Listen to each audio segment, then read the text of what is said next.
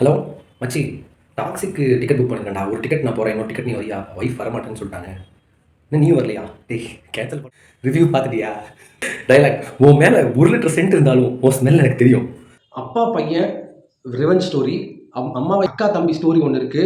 யாஷ் தாத்தா அப்பா பையன் 3 ஸ்டோரி உள்ளார போகுது. யாஷ் முழுக்க எல்லா பெண்களையுமே, அதாவது 3 ஹீரோயின்ஸுமே ஏமாத்துறாங்க. அது யார் யார் ஏமாற்றப்படுறாங்களோ அவங்களை ரிவெஞ்ச் எடுக்கிற ஸ்டோரியா ஒரு லைன் போயிட்டு இருக்கு.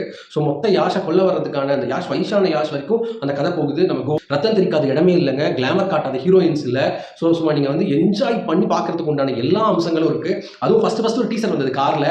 மக்கள் வந்து அதை பார்க்கறதும், பாம்பு வெடிக்கிறதும், இந்த ஹீரோ பர்ஃபார்மன்ஸ் பண்ணுறதும், அந்த காருக்குள்ளார அந்த பாம்பு வெடிச்சு தெரிக்கிறதும் அப்படிங்கிற சீனாக இருக்கட்டும், நயன்தாராவோட எல்லா டைலாக்ஸாக இருக்கட்டும், கிளாமர் வந்து நீங்கள் எக்கச்சக்கமான கிளாமர்ஸை நீங்கள் வந்து என்ஜாய் பண்ணுறதுக்கு உண்டான எல்லா தரமான அம்சங்களும் இந்த ட்ரைலர்லேயும் இந்த படத்தில் இருக்குங்கிறத நான் சொல்ல விரும்புகிறேன். மறக்காம இந்த ஷார்ட்ஸ் லைக் அண்ட் சப்ஸ்கிரைப் பண்ணுங்க. வாட்சிங் தி ஷார்ட்ஸ்.